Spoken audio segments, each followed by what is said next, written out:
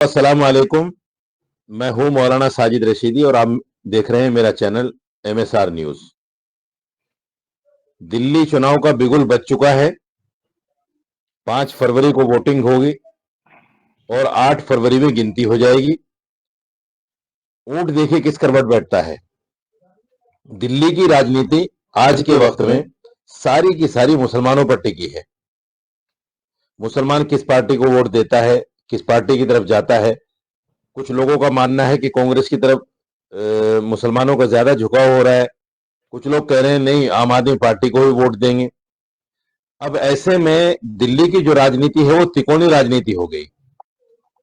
अगर कांग्रेस ने अच्छा दमखम के साथ चुनाव लड़ लिया तो मैं समझता हूं, मेरी अपनी निजी राय है, बाकी हम अपने मेहमानों से बात करेंगे।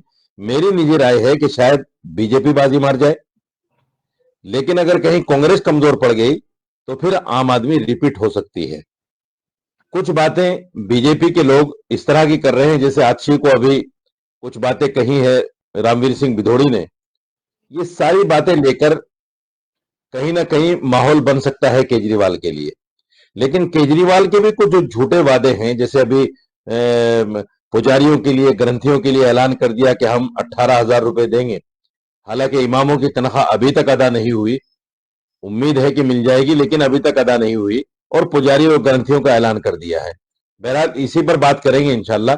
और आज हमारे साथ 2 खास मेहमान जुड़े हुए हैं। शादाब चौहान साहब हैं जो पीस पार्टी से हैं और बड़ी गहरी नजर इनकी खासतौर से दिल्ली की सियासत पर है। फाजिल भाई भी हमारे साथ हैं जो अपनी बात बड़ी बेबाकी के साथ रखते हैं। दोनों मेहमानों का शुक्रिया अदा करता हूं और आपने टाइम दिया, खैर मकदम करता हूं अपने चैनल पर। मैं सबसे पहले शादाब भाई आपसे ही पूछना चाहता हूं, दिल्ली की जो राजनीति है इसमें मुसलमान कहाँ है? क्या देख रहे हैं आप मुसलमान का रोल? किस तरीके से मुसलमान जो है, मुसलमान को कहाँ जाना चाहिए, कैसे वोट करना चाहिए, किसको करना चाहिए? आपके नजरिए में क्या होना चाहिए दिल्ली के वोटिंग में? देखिए मौलाना साहब, देश की राजनीति में और दिल्ली की राजनीति में जी। भारत का मुसलमान एक तरीके से अनटचेबल यानी अछूत बन चुका है। जी। और वो एक कश्मकश में है कि या तो अपना वजूद बचाए या अ, अपना जो है वो अधिकार के लिए लड़े। दोनों में से हम्म। चीज है। वजूद बिल्कुल। बचाना है, क्या करना, भाजपा को हराना है या वजूद बचाना है। हम्म। सारा जो दबाव है भाजपा को हराने की, जो रिस्पॉन्सिबिलिटी है, वो लगभग हर वर्ग ने सिर्फ मुसलमानों पर छोड़ रखी है। और बिल्कुल। उसकी आड़ में मुसलमानों का शोषण भी होता है। जी। उनका दोनों तरफ से शोषण हो, एक मुसलमानों को डरा करके वोट लेता है और एक मुसलमानों से डराकर वोट लेता है। कोई बिल्कुल। इनके नाम पे डराता है, कोई इनसे डराता है, इनको जी। डराता है। तो मैं समझता हूं कि बड़े स्मार्टनेस के साथ दिल्ली की राजनीति में दिल्ली के मुसलमानों को वोट करने की आवश्यकता है। और मैं तो कहता हूं कि सीट के अनुसार वोट दीजिए। और हम्म। आपको ये तय करना पड़ेगा कि आप ना किसी के बंधुआ गुलाम है और ना ही कोई आपको किसी को खुदा दुश्मन मानने की जरूरत है। जो हम्म। प्रत्याशी आपके क्षेत्र के लिए उपयुक्त है, तो मैं मानता हूं कि उसके अनुसार वोट करना पड़ेगा। आपने 2-3 बार केजरीवाल जी को बिना किसी उम्मीद के साथ वोट दे दिया कि भाजपा को हराना बोल करके, लेकिन वक्फ का इशू रहा और जो उन्होंने वादा किया कि हम आपके मौजिन को, आपके इमामों को तनख्वाह देंगे, नहीं दिए। आज वो पुजारियों को तनख्वाह देने की बात कर रहे हैं, नहीं दिए। पहले बोलते थे कि मैं सेक्युलर रहूंगा, लेकिन फिर जब लास्ट बार प्रधानमंत्री बने केजरीवाल जी, मुख्यमंत्री बने केजरीवाल जी, तो उन्होंने कहा कि मैं मंगल के दिन, हनुमान जी के दिन तिलक लगा करके शपथ लूंगा। एक तरफ बोलते हम्म। थे कि हम राजनीति को में धर्म को नहीं लेकर के आएंगे। तो ये हम्म। बड़ा अजीब मंजर है। और मैं ये समझता हूं कि दिल्ली की जो जनता है, खास करके मुसलमान हो या जितने भी डिप्राइव्ड सेक्शन है, वो ये लोग ये समझ करके वोट देंगे कि अपने क्षेत्र के लिए। क्योंकि दिल्ली की सरकार एक कहा जाए तो पूर्ण सरकार नहीं होती है जो स्टेट को हम्म। रन करती है। बहुत ही उसमें लिमिटेड उनके राइट्स होते हैं। उस हिसाब से अपने क्षेत्र के नाम पे वोट दीजिए। बिल्कुल, बिल्कुल। देखिए शादाब भाई मैं आऊँगा आपके पास। एक चीज़ निकल कर ये आई है, आपने कहा कि साहब मुसलमान के ऊपर सबने ज़िम्मेदारी डाल दी है।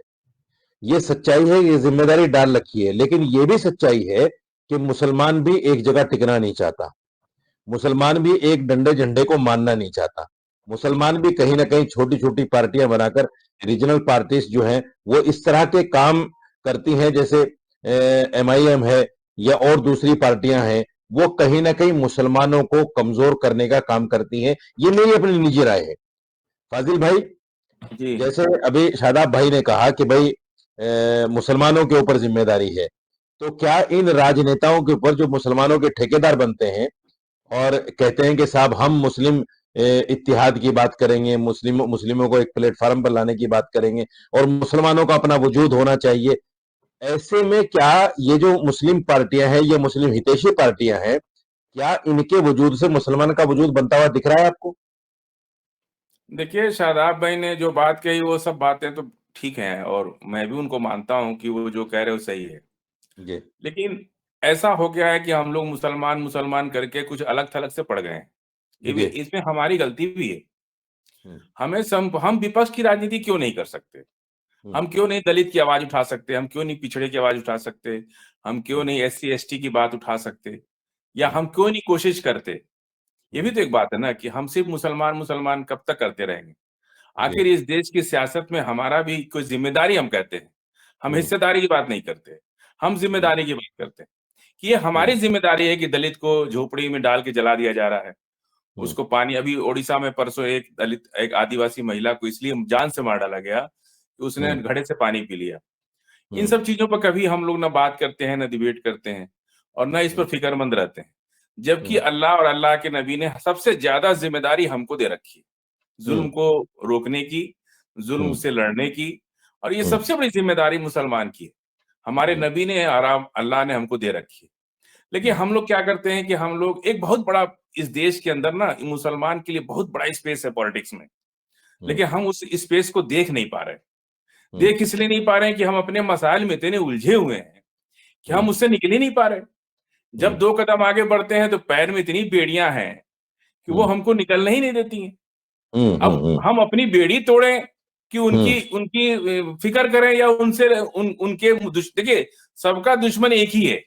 हम्म, मैं कांशी राम साहब की बात में कहता था, उन्होंने मुझे मैं उनकी कई मीटिंग को किया, तो वो ये जी। कहते थे कि 85% की जो हम बात करते हैं, हम्म, उसमें मुसलमान लेकिन 85 है। हम्म, अगर हम्म, मुसलमान को माइनस कर दें, फिर हम्म, 85 कहाँ होता है? तो हम्म, 46 हो जाएगा। हम्म, तो जो 85 की बात कांसी राम करते थे, वो बात हम्म, हमारे नेता क्यों नहीं करते? हम्म, आखिर हम हम्म, हम कांसी राम को अपना का उत्तराधिकारी हम अपने को क्यों नहीं मानते? हम्म, क्या वो कांसी का एक बार शादाब भाई के साथ हम सुदर्शन टीवी पे डिबेट कर रहे थे, बहुत शुरुआती दौर की बात है। तो हम्म, शादाब भाई बैठे थे, एक बीजेपी का या कोई RSS का था, उसने जय श्री राम कह दिया। तब हम्म, मैंने कहा कि जय कांसी राम। हम क्या हम्म, बिना राम के हैं? हमारा हम्म, राम कांसी राम। तो उस हम्म, पर और उखड़ गया कि आप हम्म, कांसी राम से तुलना मेरे राम की कर दिया। हम कहा नहीं, हमारा तो वही राम है, कांसी राम। हम्म, हम बिना राम हम्म, के नहीं है, हमारे पास हम्म, भी राम। इस बात हम्म, की काफी लोगों में चर्चा, और मैं गांव तक गया तो वहां तक इस बात की थी कि बहुत सही आपने उसको जवाब दिया। हम्म, तो मुझे ये फील हुआ कि नहीं, सही बात है। हम हम्म, लोगों को 85%, हमको कोई 5 बार दरवाजे से भगा दे, कोई बात हम्म, नहीं, हम वो हम्म, जुल्म सहेंगे, क्योंकि हम्म, गरज हमारी है। हम हम्म, शादाब भाई क्या जाते हैं, हम आपके पास जाते हैं कि मौलाना साहब, शादाब भाई हमारी ये जरूरत है, अरे भागो भागो यहाँ से, तुम ये हो वो हो, गाली दे देगा। हमारे नबी को तो लोग भगाते थे ना, हम्म, लेकिन वो कैसे जाते थे? फिर मोहब्बत का पैगाम लेके चले जाते थे। हम्म, आज इस देश के अंदर जरूरत है कि हम 85% के लीडर क्यों नहीं बन सकते? हम्म, हम कोशिश तो करें, दलित हम्म। की बात करें, OBC की बात करें, SC ST की बात करें। इस देश में स्पेस बहुत है मुसलमान के लिए। अब देखिए, एक सवाल खड़ा होता है फाजिल भाई, जितनी भी मुस्लिम नाम से पार्टियां बनी या मुस्लिम लोगों ने पार्टियां बनाई, चाहे वो डॉक्टर अयूब हो या उसके पहले एक और पार्टी बनी थी उनका, मैं नाम, डॉक्टर मसूद हो, उससे पहले डॉक्टर फरीदी उसके साहब। उसके डॉक्टर पहले फरीदी, डॉक्टर फरीदी, और फिर मुस्लिम ये मजलिस। आपके आपके असदुद्दीन अवैसी साहब, ये जो सारी पार्टियां हैं, देखिए असदुद्दीन अवैसी की जो पार्टी है, मजलिस इत्तिहाद बैनल मुस्लिमीन है। जैसे मुस्लिम लीग थी, उसी का दूसरा नाम मजलिस इत्तिहाद बैनल मुस्लिमीन कह सकते हैं। तो आप कहीं इस चीज को तो नहीं कहना चाहते कि मुसलमानों को अपनी लीडरशिप तैयार करने के लिए क्या इस तरह की पार्टियों से लीडरशिप बन सकती है? वो क्या, इसके बारे देखिए, में क्या कहोगे? मैं बहुत बच्चा था उस वक्त, और जी। लेकिन उसके जब मेरी जिम्मेदार हुआ तो मैं काफी अपने बुजुर्गों के बारे सुनता था इस बात को। सबसे पहले डॉक्टर फरीदी, मुझे ख्याल से 70 के दशक के बाद आए थे वो, जी डॉक्टर फरीदी साहब। जी और मैं बहुत छोटा था, तो मुझे याद है कि मेरे वालिद चुनाव लड़े थे उनकी पार्टी से। 18,000 उस जमाने में वोट पाए थे और जीतने वाला 22,000 पाया था। तो एक अच्छा प्रयोग था और काफी मुसलमान और दलित एक साथ आ रहे थे। लेकिन उसकी सबसे बड़ी डिमेरिट क्या थी कि उनकी उम्र करीब करीब 70 हो चुकी थी उस वक्त। जब उनको कामयाबी मिलना शुरू हुई तो तब तक 70 पार कर गए और जल्दी इंतकाल हो गया उनका। उनके इंतकाल के बाद कोई सेकेंड लाइन लीडरशिप नहीं थी जो उसको आगे बढ़ा पाती। और उसके बाद 77 के बाद इंदिरा गांधी का जवाल का वक्त आया और पूरा देश जो है उसी दोनों उधड़ में फंस गया। और डॉक्टर फरीदी के बाद कोई उस गैप को भर नहीं पाया।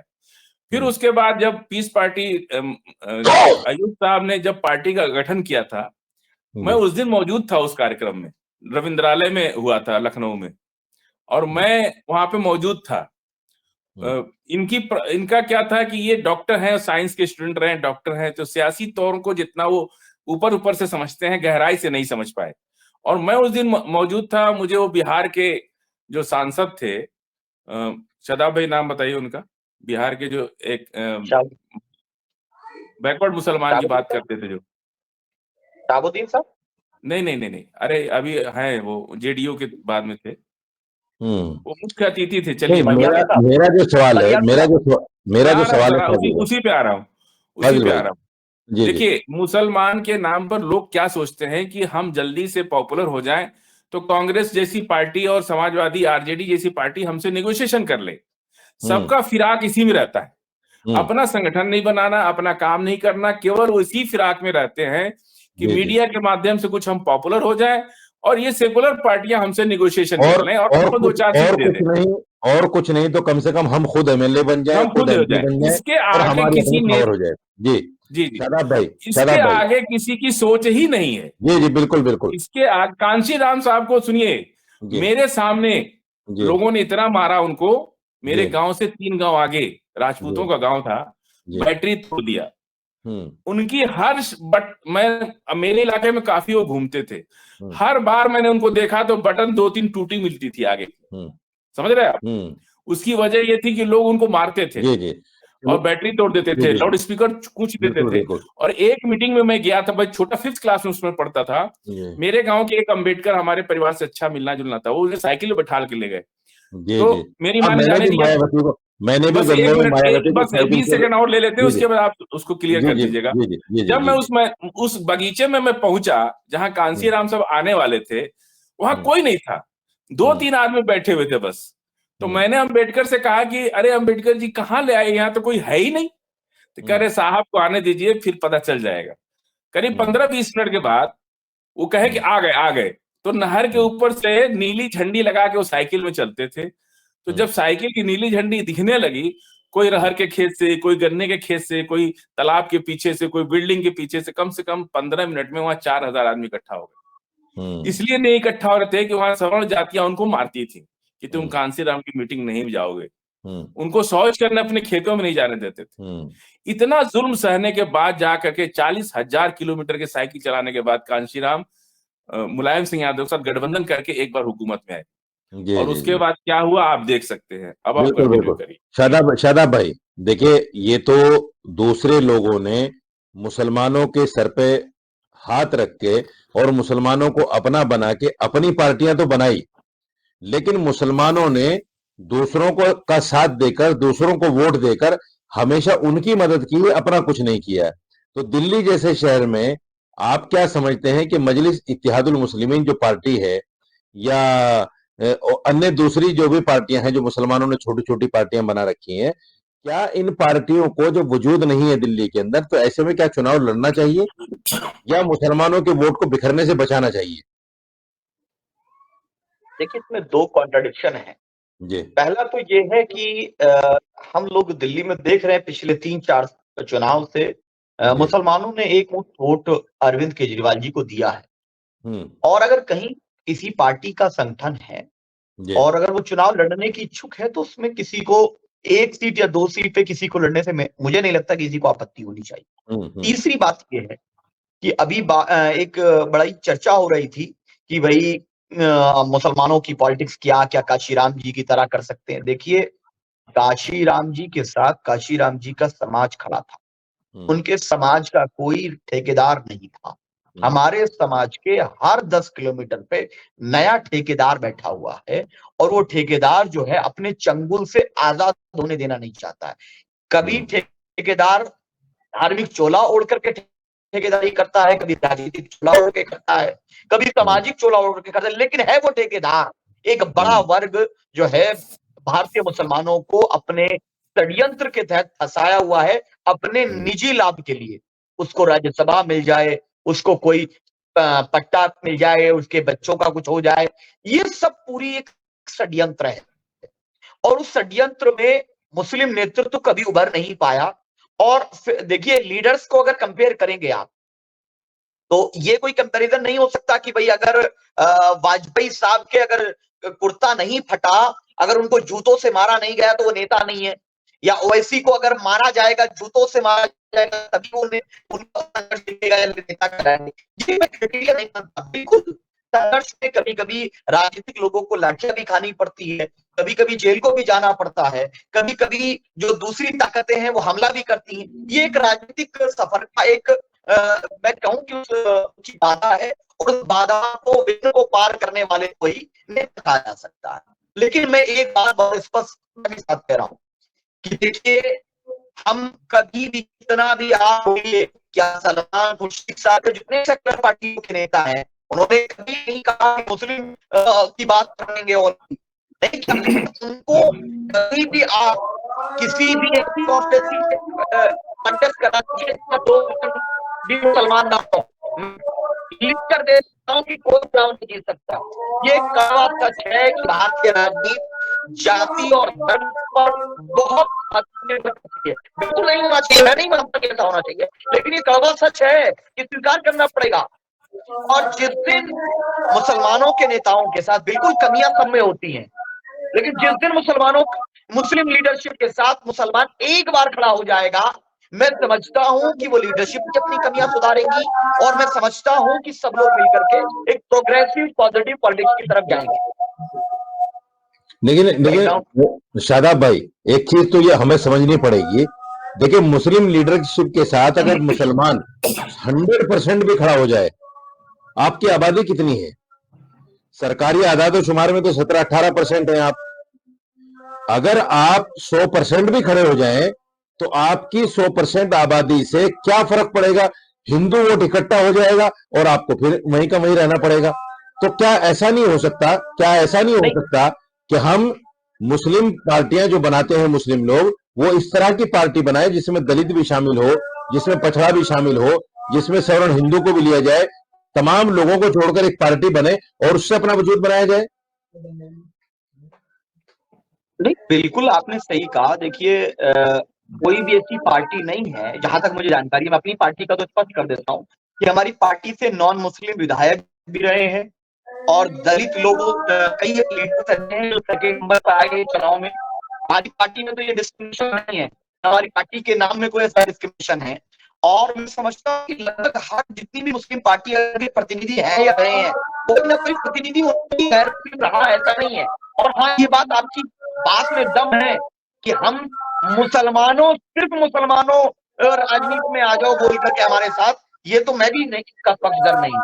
हाँ, मुसलमानों के अधिकारों की बात हो, साथ साथ में पिछड़ों की, दलितों की, या जितने भी शोषित समाज है, सब अधिकारों की बात हो, जो भी पीड़ित है। लेकिन अब एक बात है, 18% क्या करेंगे? देखिए, राजनीति में गिव एंड टेक है। यादव भी 7% है, हम 18% है, दलित भाई 11% है। तो एक बार एकजुट हो लिया जाए, और फिर दलित भाई, यादव भाई और मुस्लिम भाई बैठ सकते हमारी हिस्सेदारी होगी, आपकी होगी, हमारी होगी, एक प्रोग्राम बन जाए, और उसके तहत हमें मुख्यमंत्री इंपॉर्टेंट नहीं है। हाँ, सत्ता में भागीदार होना, पुलिस या आतंक ना हो, जिससे कि हमारे बच्चों को जेलों में न डाला जाए, उनके बच्चों को स्कूल मिलता है, मेरे बच्चों को पुलिस स्टेशन मिलता है। बिल्कुल, तो बिल्कुल। ये प्रॉब्लम जो है ना, आपने कहा हम जुल्म से लड़ने के लिए आए हैं, फाजिल साहब ने कहा जुल्म का मुकाबला करने के लिए आए हैं, हम इंसाफ करने आए हैं दुनिया में। इंसाफ कौन करता है जिस पे इंसाफ करने की ताकत हुआ करती है? जुल्म से कौन लड़ता है और किससे लड़ना है? जब आप जुल्म और जालिम को पैरेलल कर देंगे तो कैसे लड़ पाएंगे आप? बिल्कुल हमें बायकॉट या किसी को खत्म नहीं करना है। हम ये कहेंगे कांग्रेस को खत्म कर देंगे, सपा को खत्म कर देंगे, या अखिलेश यादव जी को गाली दे देंगे, या सोनिया जी, राहुल जी, हम उसके पक्षधर नहीं हैं। हम कहते हैं कि एक बार एक प्रक्रिया के तहत चीजें आसान हो जाएं, एक बार अपनी ताकत दिखा दी जाए और कॉमन मिनिमम प्रोग्राम के साथ अगर कोई ब्राह्मण भाई भी पीड़ित है तो उसके अधिकार की बात करना भी हमारी जिम्मेदारी और हमें करना चाहिए, और हम तो करते हैं। हाजिर भाई, आपने काशीराम जी का जिक्र किया, मायावती जी का जिक्र किया। देखिए, ये सच है जो शादाब भाई ने कहा, उनके साथ उनका समाज खड़ा है। दूसरी बात, मुसलमान के ना तो मुसलमान एकजुट होना चाहता राजनीतिक तौर पर। हम तो अगर देखा जाए, हम मजहब के मामले में एक नहीं है, हमारा खुदा एक है, कुरान एक है, अल्लाह एक है, मसलक देखो कितने हैं। हम तो एक आदमी के पीछे नमाज नहीं पढ़ना चाहते। बरेली में मेरे पीछे नमाज नहीं पढ़ना चाहता, मैं बरेली के पीछे नमाज नहीं पढ़ना चाहता, शिया सुन्नी के पीछे नहीं नमाज पढ़ना चाहता, कादियानी फला के पीछे नहीं नमाज पढ़ना चाहता, अहमदिया फला के। ये सारे जो गुटबंदियां हैं, जब हम एक हो ही नहीं सकते दीन के नाम पर भी, अल्लाह के नाम पर भी, तो सियासत के नाम पर तो हम 100% तो एक हो नहीं सकते। ऐसा कौन सा रास्ता, ऐसी कौन सी चीज आपके दिमाग में है कि जिससे मुसलमान अगर 100% न सही तो कम से कम 50%, 40%, 30% कहीं ना कहीं हम एक जगह खड़े हो जाएं? ऐसा कोई सोल्यूशन बताइए। देखिए शादाब भाई ने सही बात की। हम लोग दिल्ली पे भी आएंगे, लेकिन थोड़ा शादाब भाई की बात को हम एक नए सिरे से बोलना चाह रहे हैं। ऐसा नहीं है कि दलित के ऊपर कांग्रेस का बहुत बड़ा छाप था। कांग्रेस अपने चंगुल से निकलने नहीं देना चाहती थी, और बहुत बड़ी, जगजीवन राम सुने होंगे आप, जगजीवन राम को आगे करके कांग्रेस ने दलित को हमेशा साधते थे। और डॉक्टर अंबेडकर की मीटिंग में जगजीवन राम ने पर पत्थर चलवाया था, पूरा देश जानता है इसको। ऐसा नहीं है कि उन्होंने छोड़ दिया। और कांग्रेस पार्टी की सरकार में कानून मंत्री, संविधान बनाया बाबा साहब ने, और बाबा साहब की मीटिंग में जगजीवन राम से पत्थर चलवाया, और जगजीवन राम ने उसकी जिम्मेदारी भी ली। और जगजीवन राम के यहाँ मेरे एक बहुत करीबी थे, तो वो बता रहे थे कि आपको मालूम है कि दलित में कितनी जातियां हैं? 600 जातियां हैं। और उसमें एक दलित आया जगजीवन राम से मिलने, तो वो अपनी राजनीति, जो नेता का आदत होता है बोलने का, तो उससे पूछा तुम उतरा हो कि पछमा हो? मतलब चमार में भी कई जातियां हैं। तो जगजीवन राम पछमा थे, तो उतरा वालों को नहीं तरजीह देते थे।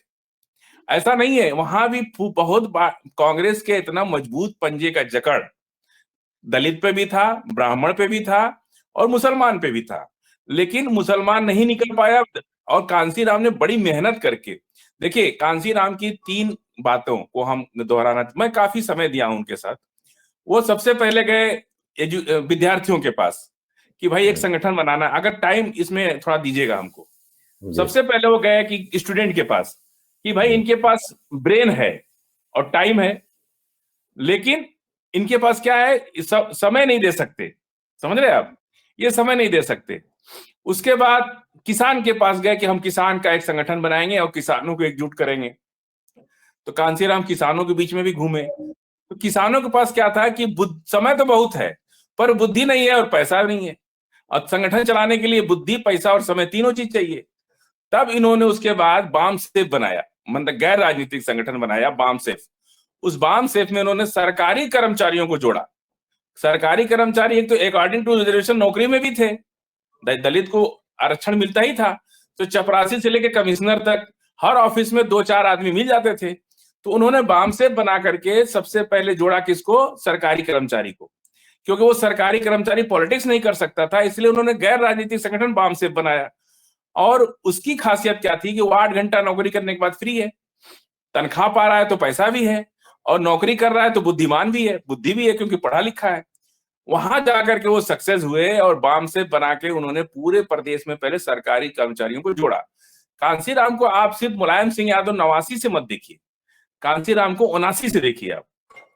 75 से क्या शुरू किया, 77 से क्या हुआ, 79 के बाद क्या हुआ, और 84 के बाद क्या हुआ।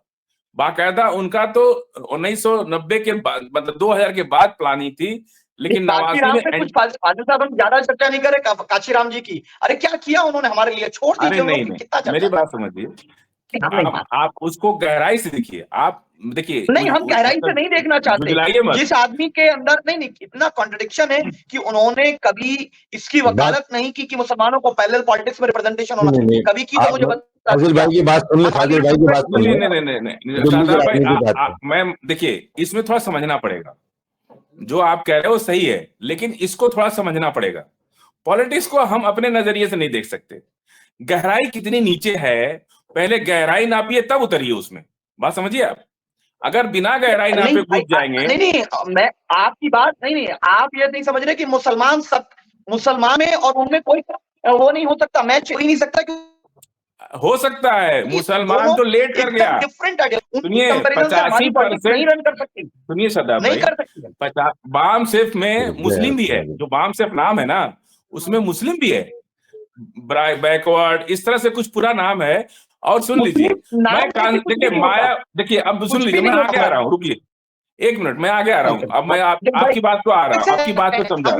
दूसरों के लिए बात पूरी हो जाए, बस 20 सेकंड आप थोड़ा 20 सेकंड बस ध्यान रखिए। देखिए हम कह रहे हैं 18% दलित है ना देश में, 1 घंटे 18 नहीं 22% है मान लीजिए। का जो हमारे लिए नहीं सोचा, हम अपने लीडर को सर बहुत सोचा, हम नहीं सोचे। महान है। अगर हम आपको मेरी बात सुनिए, अगर हम दावत दें और आप ठुकरा दें, हम आपको दावत दें और पर बात नहीं हो रही है, बात ये हो रही है कि मुस्लिम लीडरशिप को भी उस तरीके पर, जिस तरीके पर ये दलित नेता उठकर आए, इन्होंने क्या क्या रास्ते इख्तियार किए, क्या मुसलमान नेता भी इस रास्तों को इख्तियार करके अपना कोई मजबूत संगठन बना सकते हैं, कोई मजबूत सियासी पार्टी बना सकते हैं? ये तो मानते हैं ना। बात पूरी कर ले फिर मैं आता हूं आपके पास। हाँ फाजिल में पूरी कर लीजिए। देखिए दलित, उत्तर प्रदेश का दलित कम से कम हम मानते हैं कि बीएसपी के साथ है और 18-20% वोट उनका है और वो संगठित है, लेकिन हालात आज देख लीजिए क्या हो गया उनका। सारे इस इतनी परिस्थिति खराब होने के बावजूद भी दलित वोट 90% मायावती के साथ है, लेकिन उनकी कौन पूछ रहा है आज? उनकी क्या पकड़ है राजनीति में? खत्म हो गए वो लोग। तो ये क्यों खत्म हो गए? क्योंकि ये अलग थलग पड़ गए, और नजाकत को समझ इसीलिए तो अलग थलग पड़ गए ना कि मुसलमान को नहीं जोड़ पाए। आज सबसे ज्यादा खामियाजा मायावती जो झेल रही है। फाजिल भाई सुनिए, फाजिल भाई, शादाब भाई मुझे ये बताइए, देखिए मुसलमान मुसलमान मुसलमान मुसलमान, आज पूरी दुनिया की राजनीति, मैं हिंदुस्तान की बात नहीं कर रहा हूं, पूरी दुनिया की राजनीति मुसलमान पर चल रही है, इस्लाम पर चल रही है। आप भी जानते हैं रोजाना जो टीवी में डिबेट होती है, तमाम मुल्कों के चैनल पर सिर्फ इस्लाम और मुसलमान की डिबेट होती है। तो हम यकीनन फलदार पेड़ तो हैं, हमारा वजूद तो है सारी दुनिया में, और मुल्क में खास तौर से ये हिंदुस्तान के अंदर जो वजूद है हमारा। आप देखिए बीजेपी हमारी राजनीति कर रही है, कांग्रेस हमारी राजनीति कर रही है, और केजरीवाल हमारी राजनीति कर रहा है। तो हम क्यों इस राजनीति के चलते अपना कोई वजूद नहीं बना सकते, अपना कोई संगठन नहीं बना सकते, अपने आप को कहीं राजनीति में ऐसा पैरेलल खड़ा नहीं कर सकते? इनकी वजूहात पर जो हम बात करते हैं तो यकीनी तौर पर यह बात निकलकर सामने आती है कि मुसलमान जो भी खड़ा होता है वो अपने निजी मफादात को लेकर खड़ा होता है, मुस्लिम कौम के मफादात उसकी नजर के सामने नहीं होते। तो ये बड़ी वजह है हमारी। तो ऐसे में क्या आप क्या देखते हैं कि मुसलमानों की पार्टियां या जो मुसलमान पार्टियां बनाते हैं वो सक्सेस हो सकती हैं? देखिए पहली बात तो ये, मैंने पहली बात में ही मैंने एक इस बात स्पष्ट कही थी कि देखिए भारत में या कहीं भी रहेंगे आप जहां जाएंगे आप ऑन द टारगेट हैं। बिल्कुल। पार्टी अगर आप किसी सेकुलर पार्टी में रहेंगे तो अंदर भी ऑन द टारगेट है, अंदर भी वो वर्ड मुल्ला ही होगा आपके लिए, बाहर आकर के गले लग जाए मुल्ला ही होगा। तो मेरा मानना यह कि मैं जो बार बार ये बोला कि काशीराम जी, देखिए काशीराम जी के साथ प्लस पॉइंट क्या था कि उनके लोगों के पास रिजर्वेशन था, तो वो लोग कहीं ना कहीं अवेयर थे, एजुकेटेड थे, उनको चीजें मालूम थी, सत्ता कैसे कैसे चलती है, सिस्टम में उनके लोग पहले से मौजूद थे।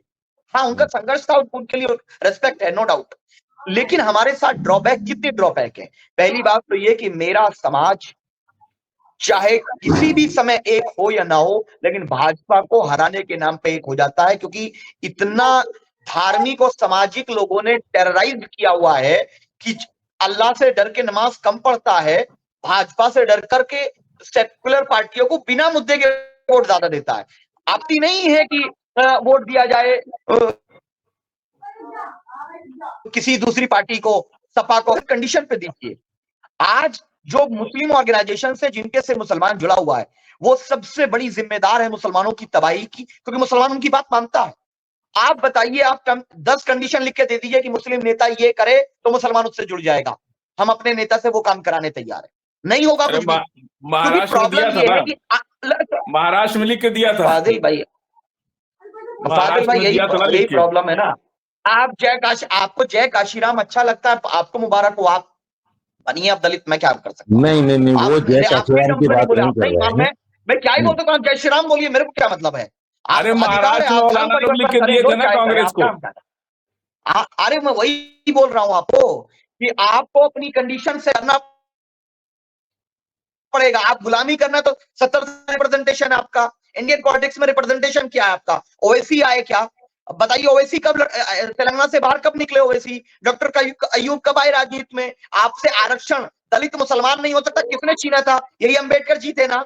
अंबेडकर जी कानून मंत्री थे, कौन लेकर आया था प्रेसिडेंशियल ऑर्डर? कौन लेकर आया था? कांग्रेस लेकर के आई थी ना। अरे सर, बाबरी मस्जिद किसके दौर में गिरी थी? कांग्रेस थी ना। समाजवादी पार्टी के दौर में दंगा हुआ था ना। तो आप उधर जाएंगे, बहुत कुछ है। आप अपने लीडर्स में कहां तक कमी डालेंगे सर? मैं कह रहा हूं कि अपने लीडर्स को समझाइए जरूर, लेकिन उनको गाली देना और कमियां निकाल के उसको glorification of Kashiram is not solution.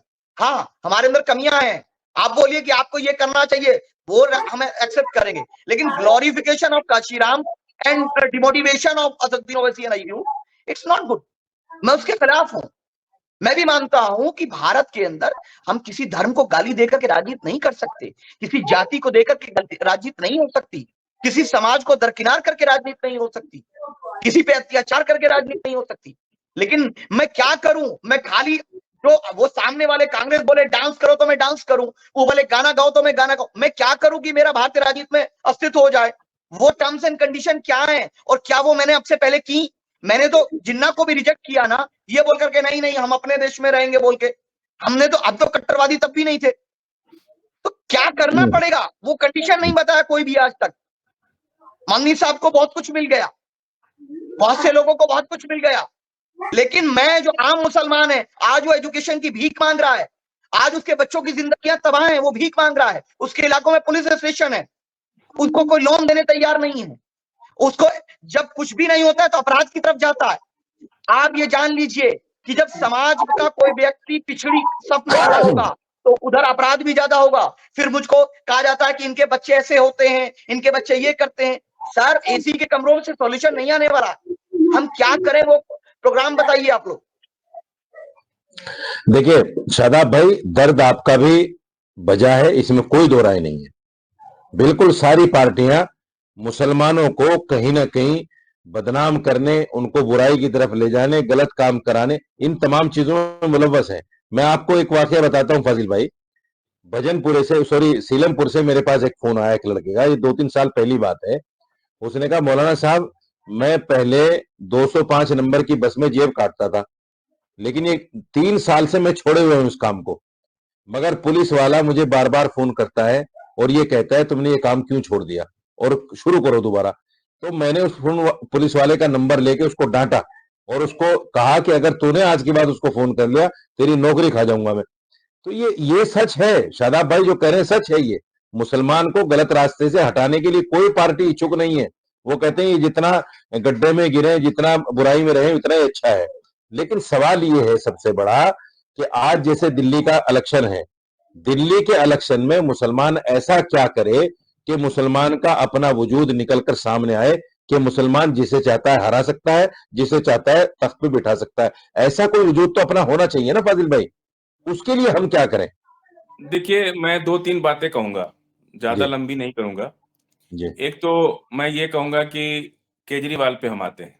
जी। केजरीवाल से, एक मेरे बहुत अजीज केजरीवाल के बहुत खास मौलाना थे, तो कुछ दिन बाद वो पार्टी छोड़ दिए। मैंने पूछा उनसे कि भाई क्या वजह थी, तो उन्होंने कहा कि उन्होंने अपनी आप बीती बताई। कहा कि एक बार केजरीवाल से उन्होंने कहा कि हमने नहीं कहा, किसी हिंदू ने ही कहा कि आप मुसलमानों को साथ रखिए। केजरीवाल को कहा, और केजरीवाल ने कहा कि किस तरह साथ रखें। बोला उनको टिकट दीजिए, राज्यसभा भेजिए, उनको संगठन में रखिए। तो बोले कि अरे उनको रखने से क्या होगा, हर मोहल्ले में मस्जिदें हैं, मौलाना को हम तनख्वाह देते हैं, तो हर मस्जिद का इमाम कम से कम अपने मोहल्ले का वोट भी नहीं दिलवा पाएगा क्या? तो फिर उसको कौन वोट देगा? ये जब सोच, और केजरीवाल ने तो कह दिया, लेकिन लगभग इस देश के सभी सेकुलर लीडर की यही सोच है। बिल्कुल, इससे अलग नहीं। अब सवाल जो शादाब भाई ने कहा, वो उस पर भी हम आते। हमारी जंग अगर किसी से हो रही है, मान लीजिए फिलिस्तीन और इजराइल से जंग हो रही है, इसी तरह से हमारी भी सियासी जंग भी है। सियासी जंग में बहुत छूट, मतलब पार्लियामेंट की सीटें कम है, ऐसा नहीं है कि हर मोहल्ले को बांट दिया जाए। वो अगर आपको दे देगा तो वो क्या करेगा? नंबर एक बात तो वो तो सियासत करेगा ना। और दुश्मन से अगर हम कहें कि भाई जो है वो तीर जो है नुकीला मत चला, वो बहुत करता है। बात समझिए मेरी गंभीरता से। आप दुश्मन से ये कहिएगा कि भाई ये तीर जो है ना थोड़ा नुकीला मत चलाओ, थोड़ा चौड़े मुंह वाला चलाओ, लेकिन नुकीला मत चलाओ। और दुश्मन क्या करेगा? वो जान जाएगा कि नुकीले तीर से इनको चुभता है, तब तो उसका नोक और बढ़ा के मारेगा वो। तो सियासत में एक चीज होती है कि आप किसी से मांगेगा तो नहीं मिलेगा, आपको हिकमत निकालनी पड़ेगी। कैसे दुश्मन पस्त होगा ये तो आपको सोचना ही पड़ेगा। आप ये सोच लीजिए कि हमको जुल्म हो रहा है, ये हो रहा है, वो तो करेंगे ना जुल्म। उनको जुल्म नहीं करोगे तो आप उनको वोट ही नहीं देंगे। अगर एक मारे और दूसरा सहलाए ना, एक मारेगा दूसरा सहलाएगा, तो आप किसके साथ रहेंगे? किसके साथ रहेंगे? सहलाने वाले के साथ रहेंगे। और सहलाने वाला कब नहीं चाहेगा कि वो मारे तब ना हम सहलाएंगे। जब कोई मारेगा तो अब ये जो सिस्टम है ना, हम सिर्फ आंसू बहा दें या रो दें, या ये उनको और अच्छा लगता है कि हमारे बच्चे जेलों में हैं। कभी कभी जुल्म को भी नहीं कहा जाता है, बर्दाश्त किया जाता है, ताकि जालिम जो है ये सोचे कि हमारी चोट का इसके ऊपर असर नहीं है। हर बातें कह के नहीं कर सकते, कुछ चीजें बिना कहे भी की जाती है। मेरा कहना का मतलब ये है कि सियासत में आजाद भारत में 75 साल हो गए। इन 75 साल में जो घटनाएं घटी हैं, कुछ उनसे भी तो सीखना चाहिए ना हमको। हम कैसे तरक्की करें, कैसे हम आगे बढ़ें, कैसे सामने वाले को हम पस्त कर दें, इसका हिम्मत तो हमको लगानी पड़ेगी। बिल्कुल, ये कह देने से कि साहब हम 18% है, हमको भी मानो, कोई नहीं मानेगा। और 18% नहीं, जाट 2% है, सिख 2% है इस देश में, दलित 18% है, 22% है, उसके अलावा पिछड़ा तो 30% से भी ज्यादा है। अगर पूरी पिछड़ी आबादी को जोड़ लिया जाए, पूरी आबादी को, तो वो 30 से ऊपर है। लेकिन इस देश में आप गांव में जाइए, आप सबसे ज्यादा किसके खराब है? 75% पर साल से जो रिजर्वेशन ले रहा है, उसके घर में मड़ई नहीं है। एक कमरे 25 गज में लोग रह रहे हैं, जहां 5-5 बीघे में लोगों की कोठियां बंद पड़ी हैं। उसी गांव में दलित जो है 25-25 गज के झोपड़े में रह रहे हैं। उनको आरक्षण भी है, सियासी बेदारी भी है, उनके लीडर्स भी हैं। 3 डिसमिल का पट्टा मायावती देती थी, 3 डिसमिल का, और जमीन मुख्यमंत्री हो के भी जमीन खाली नहीं करा पाती थी। ये बात मैंने एक टीवी चैनल पर कह दिया तो बहुत बड़े बड़े लोगों को बुरा लग गया। मैंने कहा हम मुख्यमंत्री हैं और 3 डिसमिल का पट्टा आप दे रहे हैं, 3 बीघा की कोठी खाली पड़ी है, 3 डिसमिल की जमीन भी अगर आप मुख्यमंत्री हो के खाली नहीं करा पा रहे, इसका मतलब कि जिसने जमीन कब्जा कर रखा आप उससे डर रहे। और हम अगर ये बोल रहे हैं कि भाई आपको आईना दिखा रहा है, तो आप हमसे बुरा मान रहे हैं। सच्चाई तो ये है कि उस दलित, आज इतना रिजर्वेशन होने के बाद भी दलित के हालात आज भी मुसलमान से खराब है कि नहीं बताइए? चौहान है, नोनिया है, कुर्मी है, तेली है, ऐसे कम से कम यादव बिरादरी में भी सिर्फ 30% संभ्रांत हुए हैं, 70% आज भी गरीब है।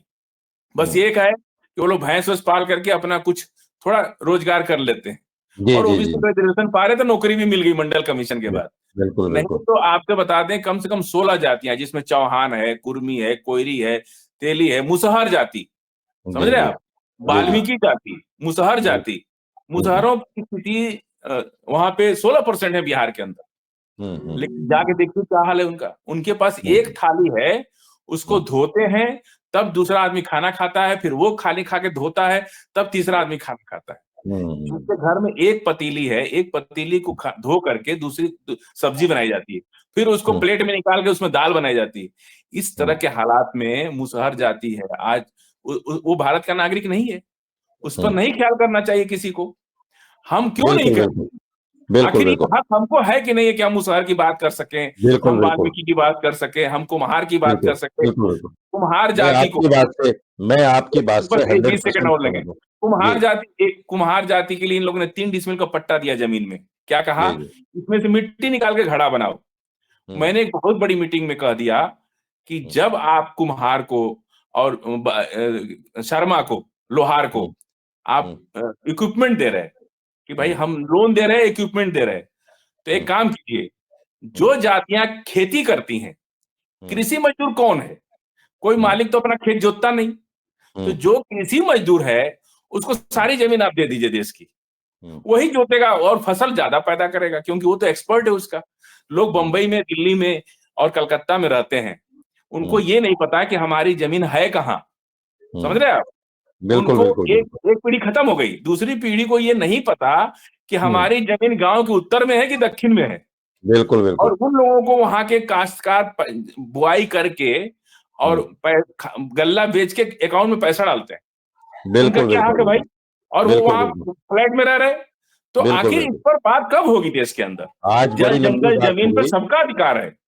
अगर ये बात हम कहते हैं तो हमसे लोग कहते हैं कि आप मुसलमान की बात क्यों नहीं करते? नहीं, बिल्कुल आपकी बात वजह है। फाजिल भाई, काफी टाइम हो गया आज, असल में मैं माफी चाहता हूं, मैं सुनना चाहता हूं आपको, और बातें बड़ी अच्छी है आपकी।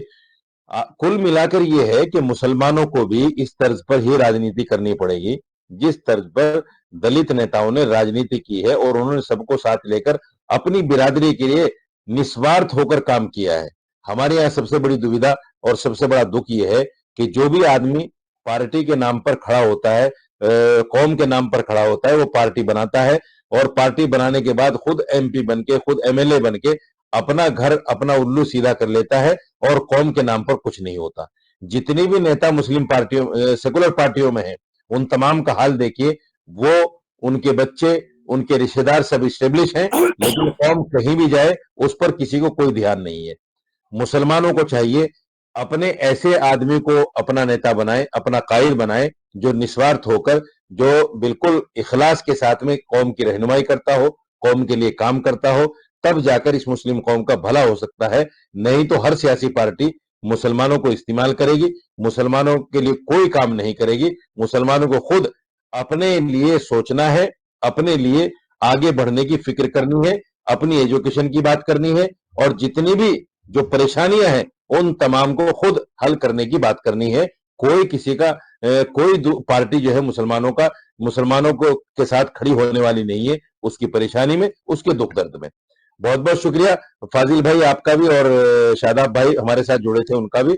मैं अपने व्यूवर से एक रिक्वेस्ट जरूर करना चाहता हूं आखिर में, कि हमारे चैनल को सब्सक्राइब कर लीजिए और वीडियो को लाइक और शेयर कीजिए। हम दोबारा फिर हाजिर होंगे किसी अच्छे टॉपिक के साथ, अपनी कौम के लिए, अपनी बिरादरी के लिए, अपने रहनुमाओं के लिए अच्छी बातों को लेकर।